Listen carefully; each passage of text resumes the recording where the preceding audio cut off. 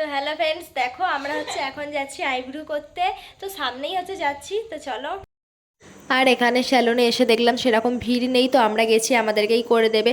তো আমি বললাম বোনকে যে তুমি আগে করে নাও, তারপরে আমি করব, কারণ আমার না একটু ভয় ভয় লাগছিলো, তাই আমি ফার্স্টে করতে চাইনি। তো বোন আগে করে নিচ্ছিল আইব্রু, তারপরে আমি করবো বলে বসেছিলাম। আর বসে বসে আমি একটু ছবি ফবি তুলে নিচ্ছিলাম, আমার নিজের সেলফি তুলছিলাম, এই সব করছিলাম।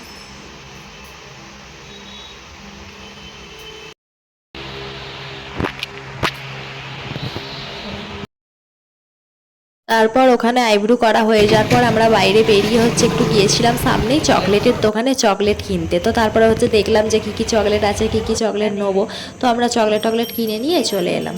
এটা নেব আর এটা নেব, একই তো দুটো। না এটা না। তো আমরা গেলাম আর সঙ্গে সঙ্গেই চলে এলাম আইব্রুটা করে নিয়ে। আর সামনেই দোকান, তো সেই জন্যই তাড়াতাড়ি হয়ে গেছে। তো দেখো কেমন হয়েছে তোমরা বলো।